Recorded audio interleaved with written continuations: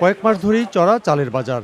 ভারত থেকে আমদানি শুরু হওয়ার পর দাম কিছুটা হলেও কমবে এমন আশা ছিল ক্রেতাদের। তবে বাজারে পরিস্থিতি ভিন্ন। নাজিরশাল চালের দাম এখনও 85 থেকে 90 টাকা, মিনিকেট 80 টাকা কেজি, ব্রি 28 ও 29 চালের দাম 60 থেকে 62 টাকা। চালের দাম কবে কমবে এমন প্রশ্ন ছিল ব্যবসায়ীদের কাছে। এগুলা এই যে এক দুই দিনে ঢুকছে, এটা আমাদের বাংলাদেশে ঢুকছে, এগুলো বর্তমানে দাম আছে 80-82 টাকা চলতে আছে। যদি মোটামুটি আপনার ইন্ডিয়ান চালটা ঢোকে তখন হয়তো বাজারটা একটু কমতে পারে।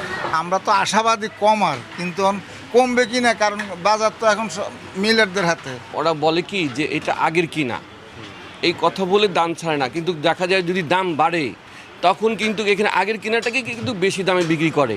বাজারে আটার দামও বেড়েছে। দেশি মসুর ডালের দাম বাড়তির দিকে।